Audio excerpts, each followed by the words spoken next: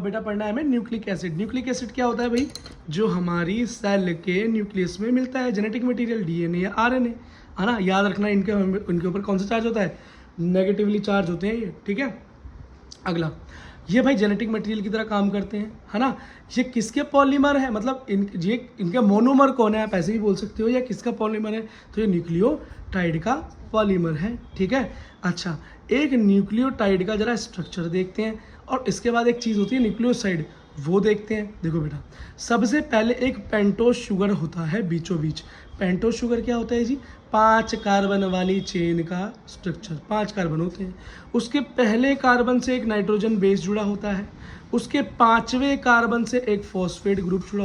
बेटा बहुत ध्यान से समझना है, ये जो स्ट्रक्चर बता रहा हूँ 12th क्लास में जब डीएनए पढ़ने को मिलेगा बायोटेक में, तो ढेर हो जाओगे अगर ये समझ नहीं आएगा तो। फिर वहाँ पर टाइम वेस्ट करना पड़ेगा, समझ लो।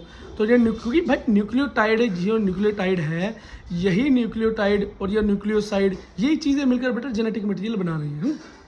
देखो तो बेटा सबसे पहले समझो, सबसे पहले होता है न्यूक्लियोसाइड। क्या होता है बेटा? न्यूक्लियोसाइड। उससे बनता है न्यूक्लियोटाइड, और उससे बनता है डीएनए या आरएनए। आप देखो दोबारा समझो, तो पहले न्यूक्लियोसाइड का स्ट्रक्चर देखो बेटा। अगर पेंटोज शुगर हो और बस भूल जाओ, और पेंटोज शुगर के पहले कार्बन से नाइट्रोजन का बेस जोड़ दूं, तो वो न्यूक्लियोसाइड हो जाता है। वो क्या हो जाता है? न्यूक्लियोसाइड हो जाता है। और जैसे ही मैं एक 5वें कार्बन पर फॉस्फेट, पेंटोज शुगर के 5वें कार्बन फॉस्फेट ग्रुप जोड़ दूं, तो वो क्या बन जाता है? वो मेरा न्यूक्लियोटाइड बन जाता है। क्या बन जाता है? न्यूक्लियोटाइड। और न्यूक्लियोटाइड और न्यूक्लियोटाइड और न्यूक्लियोटाइड और न्यूक्लियोटाइड जब जुड़ते चले जाते हैं, तो हमारा डीएनए और आरएनए तैयार हो जाता है। जरा इनकी फोटो भी देख लेते हैं जी, एनसीईआरटी में कैसी कैसी दे रखी है। देखो देखो, ये रहा नाइट्रोजनस बेस, ये दिखा रखा है नाइट्रोजन बेस, है ना। इसका एग्जाम्पल रखा है यूरेसिल, यूरेसिल का स्ट्रक्चर। ये देखो न्यूक्लियोसाइड दिखा रखी है, फिर एक न्यूक्लियोटाइड दिखा रखी है। न्यूक्लियोसाइड देखो सबसे पहले, न्यूक्लियोसाइड क्या उसमें दिखा रखा है? यूरिडीन नाम होता है। न्यूक्लियोसाइड भी बहुत तरीके के होते हैं। यूरिडीन इसका स्ट्रक्चर है। देखो 5 कार्बन, है ना। एक तरफ देखो क्या जुड़ा हुआ है? यूरेसिल जुड़ा हुआ है। ये देखो, ये नाइट्रोजन बेस है ना, तो ये देखो नाइट्रोजन बेस जुड़ा हुआ है पहले कार्बन पे। देखो पहले कार्बन पे नाइट्रोजन बेस जुड़ा हुआ है ना। और देखो बेटा बाकी पे OH OH नॉर्मल ग्रुप है। अब बेटा ये न्यूक्लियोटाइड कब बन जाएगा? जब साथ में एक पेंटोज शुगर जुड़ जाएगा 5वें कार्बन पे। तो देखो जरा, ये देखो एक न्यूक्लियोटाइड का फोटो। तो बेटा सबसे पहले नाइट्रोजन बेस जब पेंटोज शुगर के पहले कार्बन से जुड़ा तो बन गया न्यूक्लियोसाइड। अब न्यूक्लियोसाइड के 5वें कार्बन पे 1 2 3 4 5, 5वें कार्बन पे जब क्या जुड़ा? फॉस्फेट ग्रुप जुड़ा, फॉस्फोरस जुड़ गया, फॉस्फेट ग्रुप देख रहे हो ना, P। तो जब ये जुड़ा तो ये न्यूक्लियोटाइड बन गया। अब ये न्यूक्लियोटाइड जुड़ के आगे क्या बना देंगे? जेनेटिक मटेरियल बना देंगे। बस फोटो दिखाना जरूरी था ताकि आप थोड़ा सा इसे समझ जाएं, है ना। देखो बेटा एक चीज तो देखो, अब जरा ये पेंटोज शुगर जो है डीएनए और आरएनए में किस तरीके से, इस चीज़ को भी समझ लो। अगले देखो, जो ये पेंटोज शुगर है 5 कार्बन वाली जो शुगर है, डीएनए और आरएनए दोनों बनाने के लिए रिस्पॉन्सिबल है। भाई डीएनए और आरएनए पता है क्या अंतर है? आरएनए है भाई ribo nucleic acid, normal genetic material यही है, लेकिन ये इसके अंदर ऑक्सीजन इंक्लूडेड है, ठीक। इसमें कौन सा, इस शुगर को क्या बोलते हैं? राइबोज शुगर, है ना, राइबोज न्यूक्लिक एसिड।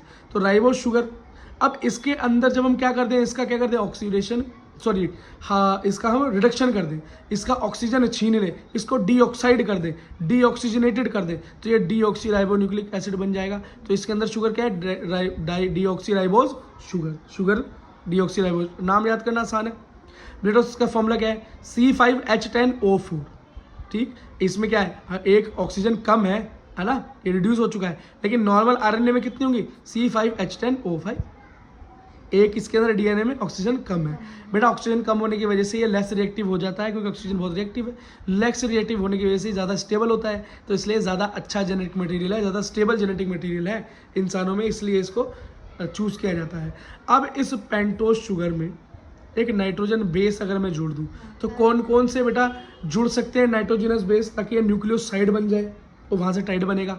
तो न्यूक्लियोसाइड जो बनेगा भाई डीएनए के लिए, जो हमारे पास जो नाइट्रोजनस बेस जुड़ सकते हैं वो है ATGC, ठीक है, इनकी मतलब फुल फॉर्म भी बताऊंगा। और जो हमारे आरएनए है उसके अंदर कौन सा हो सकता है, AUGC। बेटा सारे सेम है, देखो आरएनए और डीएनए में सारे नाइट्रोजनस बेसिस तो सेम ही है, एक ही अलग है। बेटा देखो डीएनए में T नहीं आएगा, थाइमाइन, और इसमें आरएनए में U नहीं आएगा, यूरिसिल। इसका तो स्ट्रक्चर भी दिखा रखा है, ठीक है। इस बात को याद रखना कि डीएनए में T नहीं और आरएनए में U नहीं। तो बोलेगा भैया कि यहाँ से क्वेश्चन उठ सकता है नीट में, नहीं उठेगा जी यहाँ से, ये 12th क्लास से उठेगा। तो 12th क्लास में, क्योंकि इसका बहुत डिटेल स्ट्रक्चर है ना, क्योंकि हम बेटा पेंटोस शुगर से बने न्यूक्लियोसाइड बनाएंगे, फिर न्यूक्लियोसाइड से न्यूक्लियोटाइड बनाएंगे, और न्यूक्लियोटाइड से डीएनए और आरएनए, और फिर आरएनए से डीएनए बनाएंगे। वहाँ प्रोटीन सिंथेसिस भी करेंगे, ठीक है, डीएनए रेप्लिकेशन भी करेंगे, बहुत कुछ करना है, बड़ा मजा आता है पढ़ने में वहाँ, ठीक है। देखो अब यहाँ थोड़ा मजा ले लो, बेस तो यही है, बेस नहीं हुआ तो बेइज्जती हो जाएगी। अब नाइट्रोजनस बेसिस का स्ट्रक्चर जरा देख लें, जैसा स्ट्रक्चर दिखा चुका हूँ मैं आपको। तो ये कैसा है, हेट्रोसाइक्लिक रिंग। कैसी रिंग है, रिंग जैसा स्ट्रक्चर है, दिखाओ भाई। आहा, दर्शन दो महाराज, ये देखो, ठीक है, यूरिसिल दिखा रखा है इसका, या पायरिमिडिन भी इसे बोलते हैं, है ना। नाइट्रोजनस बेस, ये देखो ये रहा बना हुआ। हेट्रोसाइक्लिक मतलब अलग अलग चीज़ें जुड़ी हुई हैं इसके साइकिल में, तो ये हेट्रोसाइक्लस स्ट्रक्चर होता है, रिंग होता है, ठीक। अब ये दो जगह बटा हुआ है, पहला है प्यूरिन और फिर है पायरिमिडिन। एक है प्यूरिन और एक है पायरिमिडिन। यहाँ से बेटा क्वेश्चन भी बन सकता है कि नाइट्रोजन बेस जो है किस टाइप के हैं, तो प्यूरिन या पायरिमिडिन, या ये क्वेश्चन पूछ सकता है कि प्यूरिन कौन कौन से हैं और पायरिमिडिन कौन कौन से हैं। तो जो AGCUT जो मैं बोल रहा था उनके फुल फॉर्म ये रहे, A का एडेनाइन, G का ग्वानिन, C का साइटोसिन, U का यूरिसिल, T का थाइमिन, ठीक है। अच्छा, प्यूरिन कौन से हैं, तो प्यूरिन है ओनली AG, और पायरिमिडिन कौन है, कट CUT, है ना। तो इसको कैसे बोलेंगे हम, AG कट।